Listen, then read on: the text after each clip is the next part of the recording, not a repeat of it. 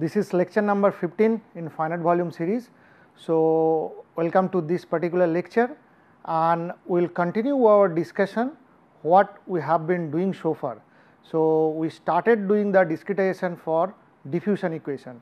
So, we started with steady state diffusion equation, and whatever so far we have done in the front of numerics is that we have considered the orthogonal Cartesian grid system and derived our discretized equation for the diffusion equation, steady state diffusion equation.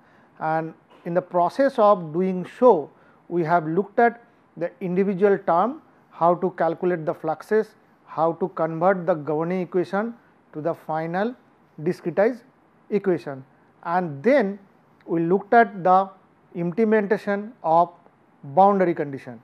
And when we looked at the boundary condition implementation, that time we have come across 3 to 4 different kind of boundary conditions, like we have used the Dirichlet boundary condition, we have considered Neumann boundary condition, we have considered mixed boundary condition, we also considered symmetry boundary condition, and for all these respective cases we have looked at the formulation and the numerics part, like the discretized equation.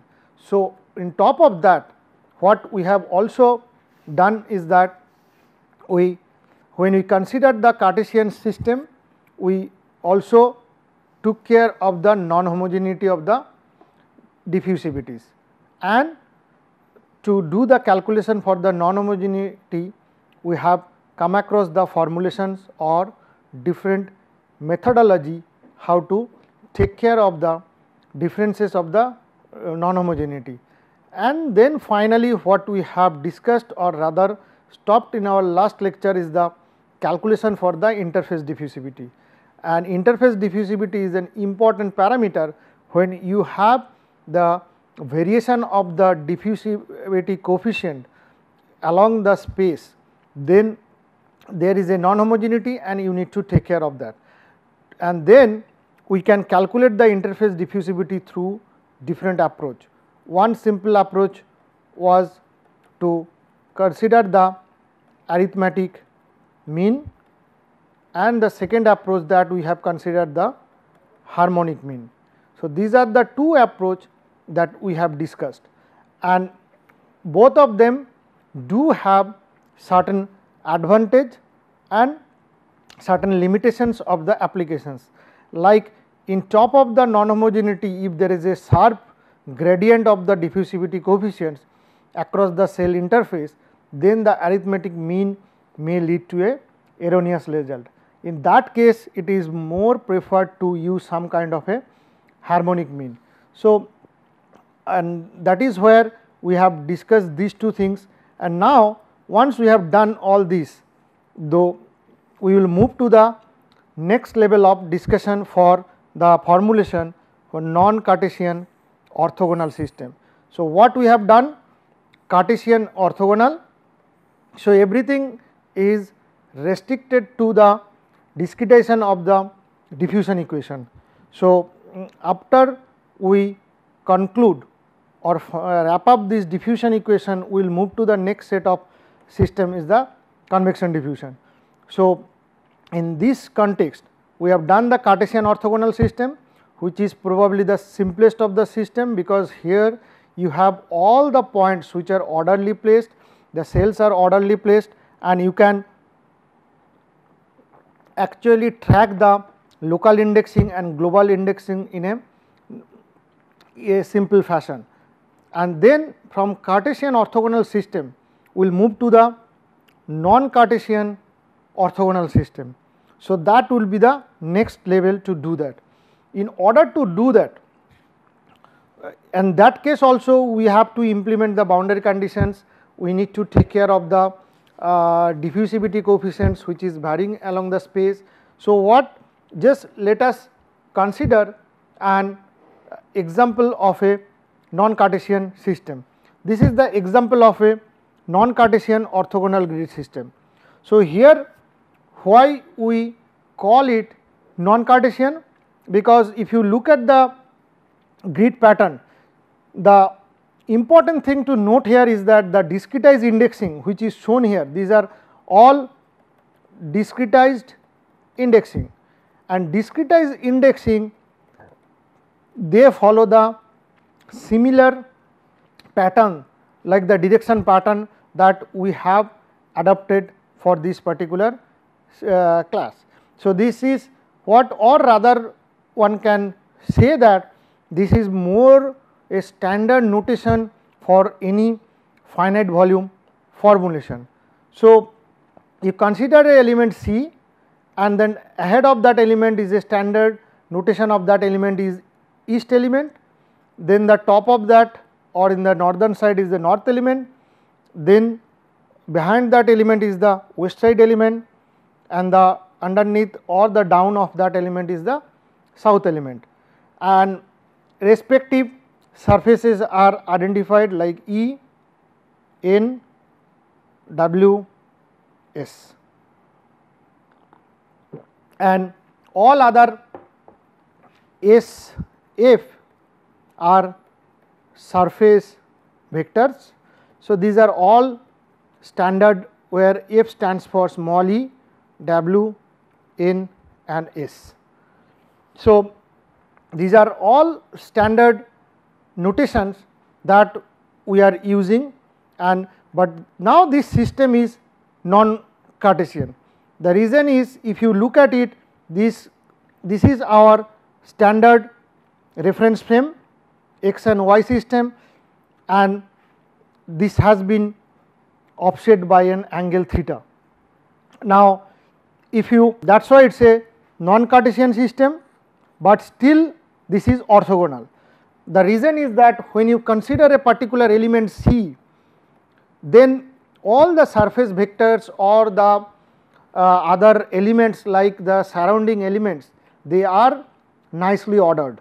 Only difference is that the whole grid system has been shifted by an offset or by an angle theta.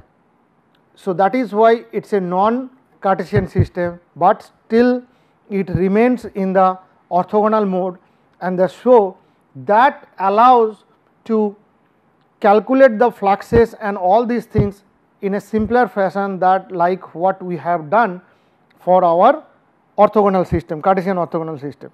Now, to come back to the system, we you consider the one row of element. So, that if you look at it, essentially it is in a two dimensional system. Here it is a two dimensional Cartesian system or two dimensional orthogonal system. So, from here you come down to 1D system, and if you come down to 1D system, here you see the element C sitting here, and then east is only one element, west one element, these are the normal vectors, surface normal vectors, and then along this direction you have a normal vector and there will be a tangential component of the vector. The reason is all this stencil, it has been offset by our standard reference frame, and the other definition like the distance between the cell is delta x c, in the y direction delta y c, and also even non-Cartesian system the delta x c, if this is let us say delta x e, they are equal. So, delta x c must be equal to delta x. So, that uniformity is maintained. Only thing it is different from our previous Cartesian orthogonal system is that it has been tilted by an angle, and if we consider the this also, this would be also same. So, delta y c must be same with delta y south or delta y n, this is delta x west. So, that maintains the uniformity. And now, if you look at these distances, the distance between C and E, which is D C E. So, that is essentially the distance with a normal vector. So, that will get you that thing, and similarly you get the surface vector AC, you get the west opposite inside. So, you get both these things, and since it is one dimensional, we can get in a two dimensional similarly S n and S s. So, that will follow the standard procedure that we have adapted. So, now if you look at the discretized equation, so this should be essentially look similar to our Cartesian system, and we can derive that. So, how we can derive that? We will start with our equation. So, that is our standard equation, delta dot j equals to q. Now, this should be, once you write over the element c, this will turn out to be the surface integral, where f goes from NBC minus gamma delta phi f dot SF QC VC. Now, each phase we need to calculate the fluxes. So, once you try to calculate that JE dot AC, this would be minus gamma E delta phi dot N E AC. So, that will be essentially now minus gamma E del phi by del n at east phase with AC. Okay. Now, importantly here, this delta phi dot n at this east phase is nothing but del phi by del n at east phase. Now, this is the gradient of phi at phase E along the n direction. Why we say it is a n direction? If you look at this, the picture here, this is the n direction, that means the normal direction, and this is the tangential direction. So, normal and tangential directions are estimated. So, again what one can do, the simplest of the thing, that one can assume the linear variation in the profile of phi. So, if you assume the linear variation of the profile, then you can get the del phi by del n at surface E is phi E minus phi C divided by d C E. Okay. So, and why this is possible? Because this is possible for the reason the orthogonality is still there. Now, rest of the calculations for finally obtaining the discretized equation, so rest of the calculation are exactly similar as we have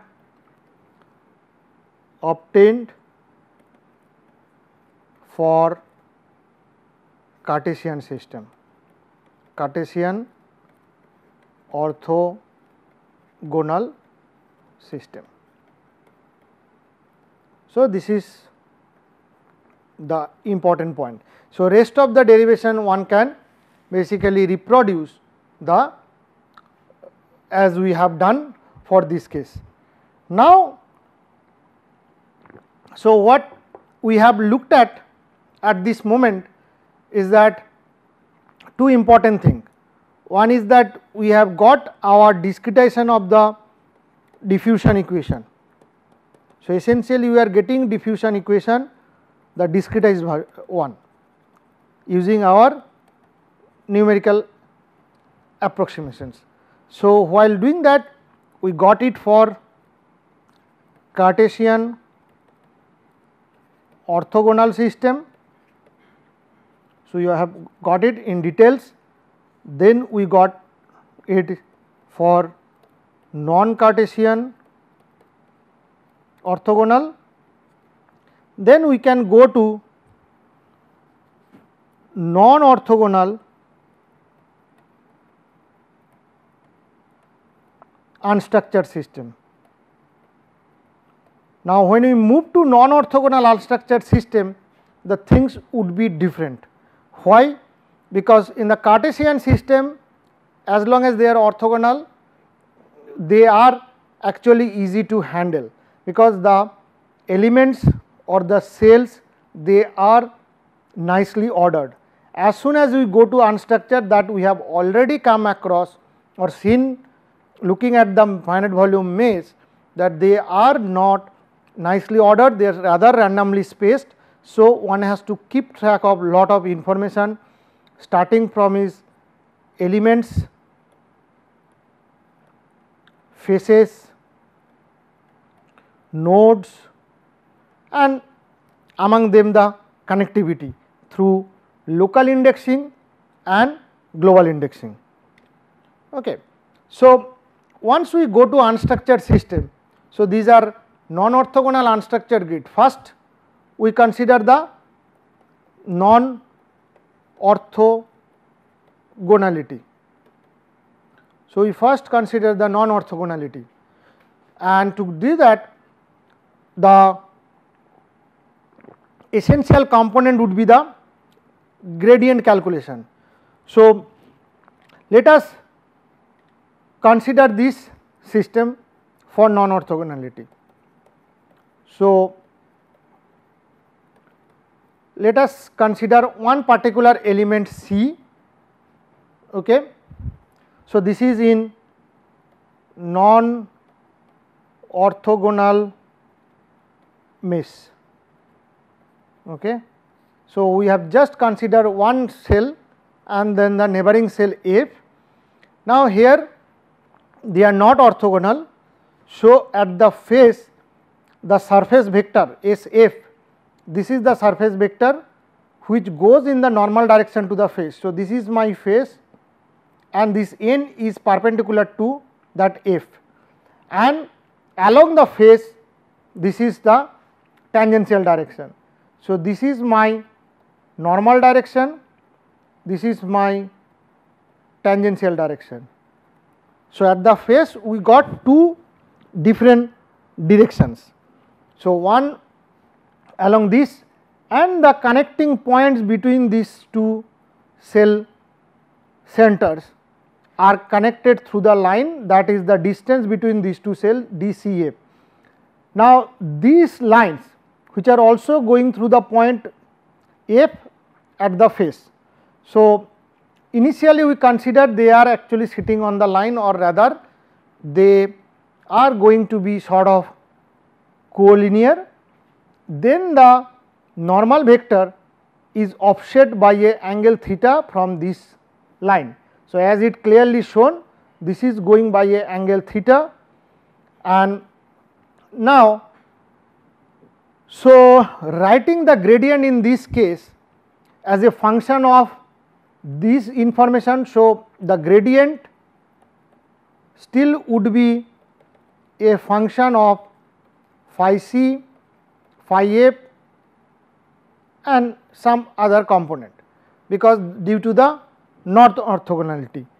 So, now one has to write the exact expression for these connecting centers and the for element C. So, orthogonal grid, what we have obtained, if you just recall from the orthogonal grid, what we have got. So, if it is the gradient in the normal direction, so orthogonal grid, the gradient in the direction normal to the face.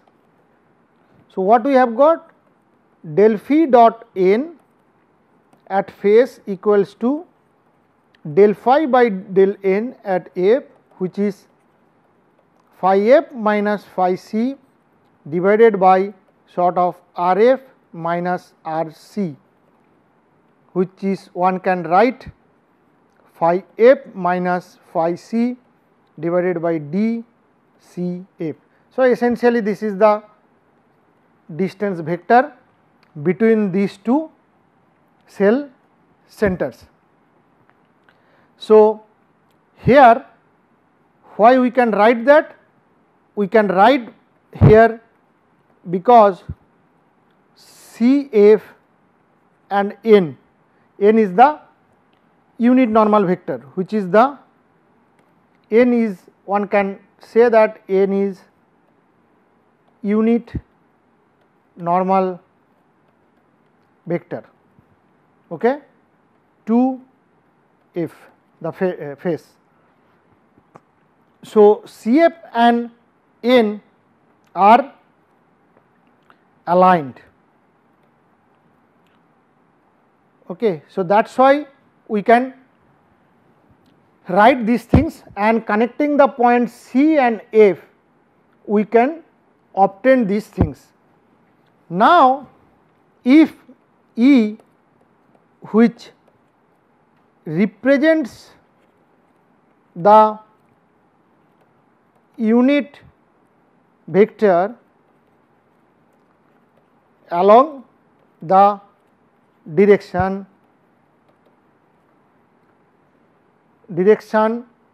defined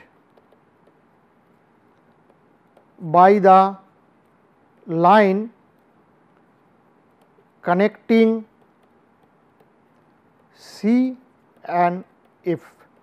So, E actually defines the normal vector or unit vector along the line C and F, which are joined along that. So, E actually represents the unit vector. So, once we do that, we can actually define the E. E would be Rf minus Rc, that is the difference between the radius vector, minus Rc, which is d Cf divided by small d Cf. Okay. So, that is what it is. So, essentially this is the mod of that. Now, you can find out the gradient along the direction. So, the gradient along E. So, this would be del phi dot E at face is del phi by del E at face, which is phi f minus phi c divided by R f minus R c, which also one can write that phi f minus phi c divided by small d c f. So, that is the vector. Now, if we linearize the flux, so linearize the flux in this particular system, in this non-orthogonal system, then the surface vector which was defined here, the surface vector SF. Now, SF will have two component. So, surface vector will be decomposed in two component, one is the EF plus TF.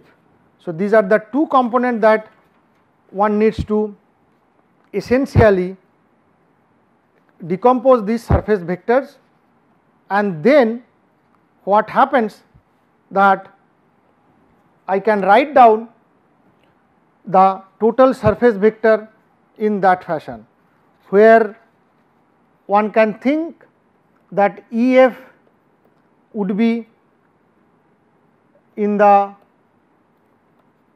direction of CF, and that means they are connecting these 2 points. So, if you look at this SF, one component will go along this, which will be SF, some sort of a cos theta component, then other one will go along the tangential component, which will be the sin theta component. So, there are 2 components. So, now if I write down my diffusion flux, so there will be del phi F dot EF, that component, plus, because SF is the sum of these 2 component. So, it would be del phi F dot EF plus del phi F dot TF. Okay.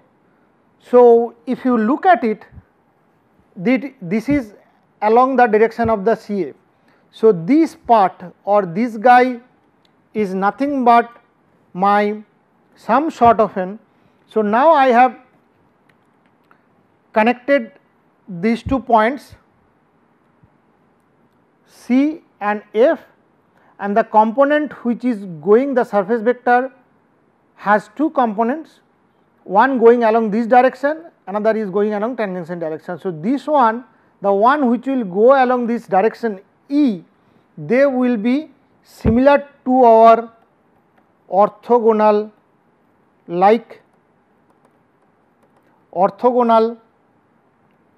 contribution. One can think about in that fashion, because this is my cell which was connected C, F, they are connected from here. This is goes my SF, this goes my EF, this goes my TF. So, that is how the components are decomposed. So, this one can think about along this line, which is the line connecting between center C and center F. This will be looking like a orthogonal contribution. Now, what about this term? This term is another term which will look like an our non orthogonal contribution. So, this is the first term, first term will look like an our orthogonal contribution, which actually the component of the surface vector goes along this unit vector of E, other one goes along this direction, which is the non orthogonal contribution. Now, if you compare to our orthogonal system, this is where the non orthogonal system starts deviating from that. You do not have any contribution from the non orthogonal system. So, one can write or expand this term in a slightly more detail. EF, this would be del phi by del E F plus del phi F dot TF. So, this one can write EF phi F minus phi C by dCF plus del phi F dot TF. Okay. So, this component actually involves the information of these 2 cell center C and F, and this is exactly looking like our contribution which we do get in our orthogonal system, but this extra term which was not present, sometimes this is also referred called the cross diffusion term. In some textbook they call it an orthogonal contribution, some textbooks call it a cross diffusion term or cross diffusion contribution. So, this is where the difference starts appearing between an orthogonal system and a non-orthogonal system. When you have a purely orthogonal system, you just get this contribution, and when you have a non-orthogonal system, you get this contribution and plus this contribution. So, this is the difference. Now, one can think about in another way, the orthogonal system is a special case of non-orthogonal system. Why? Because if the non-orthogonal system this contribution goes off, then it turns out to be an orthogonal system. That means essentially one can derive and discretize equation for a non-orthogonal system and then can be used for both non-orthogonal system and an orthogonal system by assigning the term like the non-orthogonal contribution term to be 0. So, that is the one of the beauty of finite volume method, that things can be more generic in nature, and once we go along with the complexity, you can see that the higher level things can be always simplified to the lower level one. Though we are starting from the orthogonal system then moving to a non-orthogonal system, the non-orthogonal system can be boils down to orthogonal for a special case as it is here. Okay. Now, the point comes, how do you decompose this SF? When you decompose this SF, or if you put back the SF, you get this particular equation. Now, the decomposition of SF. So, there are different ways, multiple ways one can do that. So, let us start with, let us have this cell connected, which is, let us look at this picture. So, this is a approach called minimum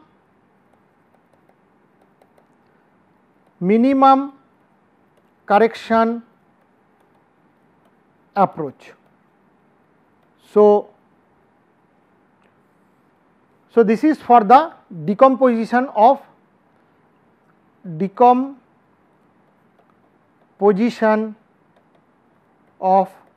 SF through minimum correction method or approach. So, you have these 2 points or the cell center connected along the line DCF. This is the E unit vector E along this surface point. This is the direction of the surface vector. Then we got 2 components. Now, in this case, the idea is that the way it is done to keep the non-orthogonal correction.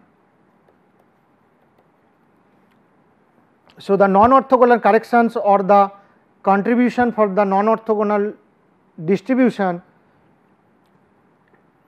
is as small as possible. So, that is why we call it a minimum correction approach.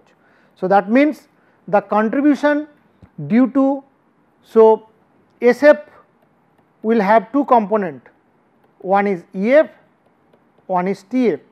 This is like an orthogonal contribution, this is our non-orthogonal contribution. So, idea is that you sort of minimize TF contribution as much as possible. Okay. And but what happens if non-orthogonality is increases? non-orthogonality increases. If that increases, so the contribution to the diffusion flux from phi f and phi c, this contribution will start decreasing. Okay. Now, in this case it would be simple to compute the EF is E dot SF E, which is nothing but SF cos theta E. So, that is a simple way one can do that. Now, this is approach, one of the approach one can do that. Then one can do second way of doing that, that is called orthogonal correction approach. So, what you do here, again you get these particular two elements, they are connected as usual, and the component of the surface vector, one would be along this line if this is theta, and the other one would be along this line, the perpendicular one. Okay. So, there also contribution comes from both phi f and phi c. So, here what you do, you define EF again SF E.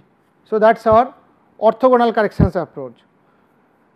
Now, that is exactly like what kind of contribution that we take. It essentially keeps the contribution of the term involving phi f and phi c same as orthogonal mesh, irrespective of the degree of non-orthogonality. So, this is why it is called the orthogonal correction approach. You just take a contribution like that, where it will involve the information of these two cell centers as we have done for the orthogonal mesh, irrespective of the degree of non-orthogonality. Once you do that, this may not be a very acceptable approach, because if your theta increases, this can create trouble. Now, another option one can have the over relaxed approach. Okay. So, what you do here, the vectors and everything looks similar, the corrections vectors and the components, SF will have as usual EF plus TF, cell centers are connected along E through the surface. So, here the terms which are very important here is phi f and phi c. Now, how we do that, or mathematically one can achieve this calculation? We can get EF equals to SF by cos theta E, which is SF square divided by SF cos theta E. One can write SF dot SF divided by E dot SF E. So, to summarize what we are doing it here, the diffusion flux at an element face of non-orthogonal grid cannot be written solely in terms of the values which are connecting through the cell centers, or the nodes which are connecting through the cell centers. So, what it requires, a term which will account for this non-orthogonality. So, you need a term which will account for the non-orthogonality, or this sort of angle theta. So, that is the degree of the degree of non-orthogonality. So, the term which accounts for the non-orthogonality needs to be added, and which is called the so called cross diffusion term. So, that is very important term for non-orthogonal grid system. So, if we put together everything what we have looked at it, then one can see that what we are doing is at the gradient calculation at the faces. So, this was the component. So, this del f by f dot SF minus EF. So, we are trying to see the contribution from the cross diffusion term, which was essentially one is that del f phi dot n minus cos theta E SF. This was the case when you have minimum correction. Then another option is that del phi f dot n minus E SF, which is normal correction, and the last option that is that del phi f dot n minus 1 by cos theta E SF. So, this is over relaxed. So, theoretically what we are doing it, we know the surface vector or the surface vector will have two component.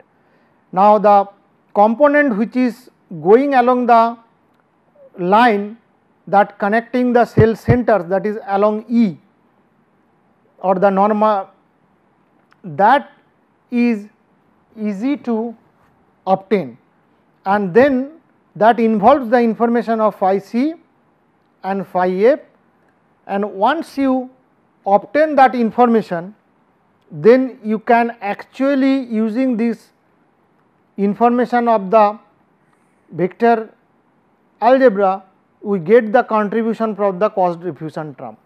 So, instead of going directly to calculate delta dot, so if you go back and see, there are two components for my flux discretization.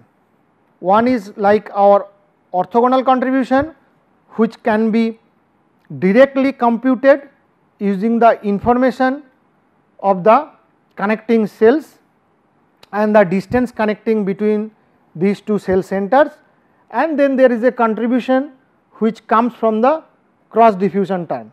Now, this cross diffusion term, instead of calculating directly, what we do, we calculate the corrections for EF, and then using that EF we get back the other component. So, what happens is that, as we said, the cross diffusion component, this component, it is absolutely 0 for orthogonal system.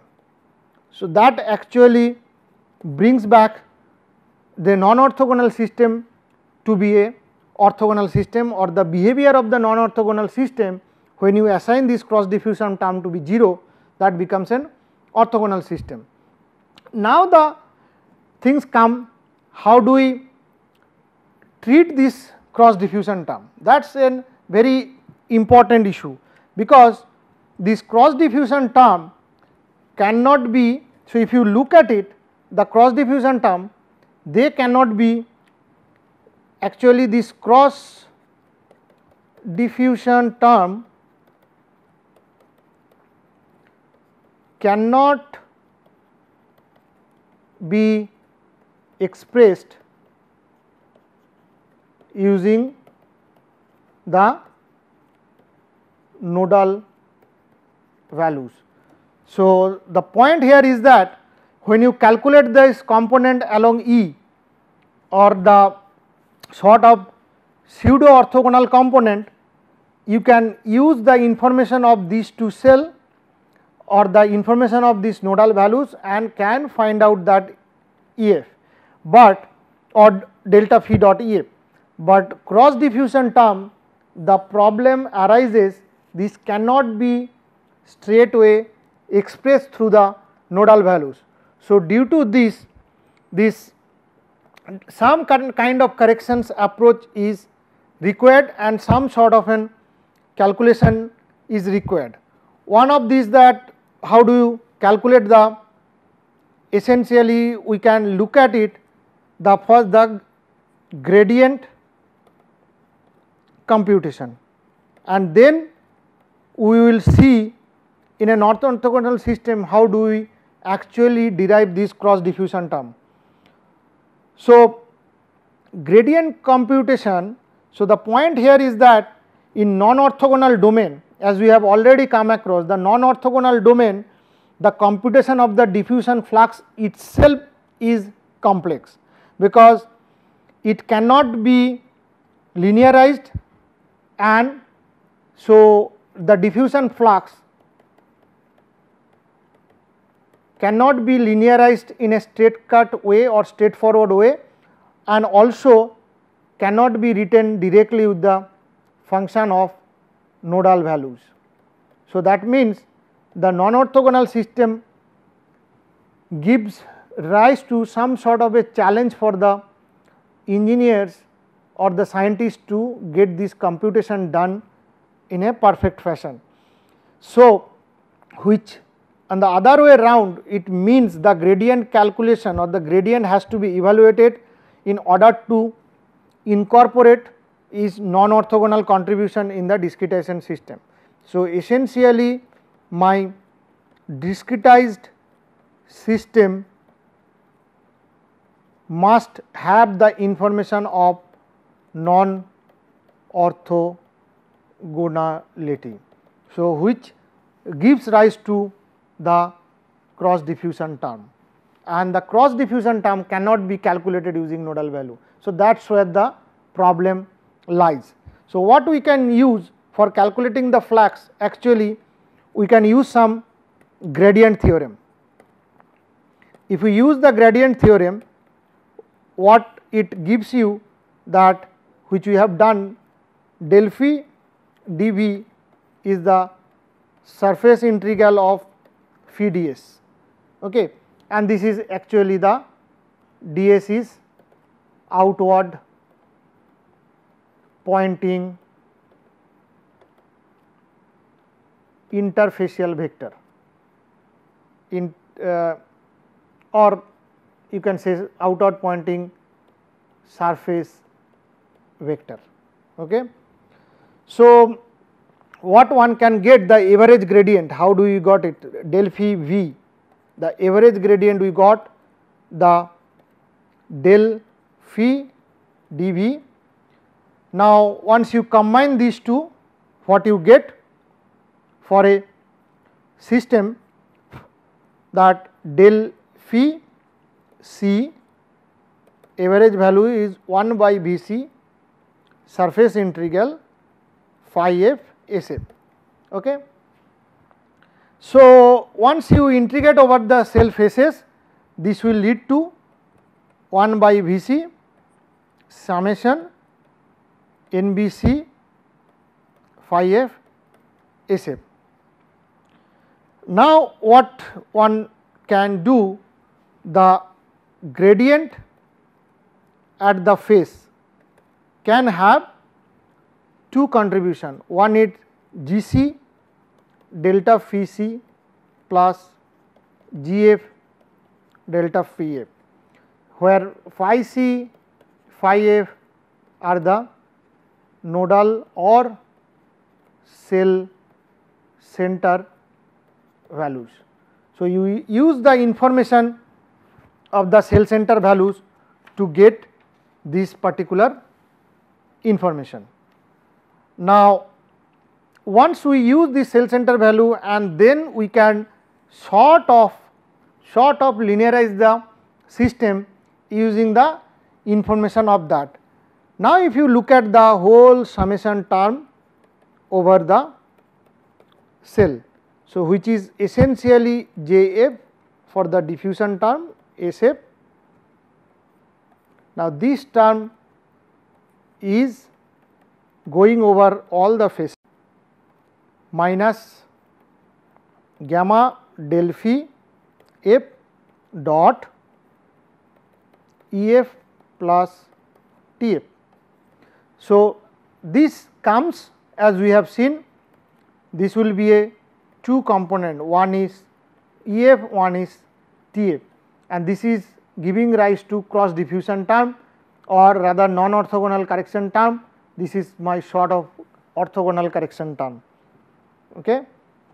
Once we do that, then I can write this one expanding, and I will write this one as minus gamma del phi f dot Ef plus summation over all the phases minus gamma del phi f dot Tf.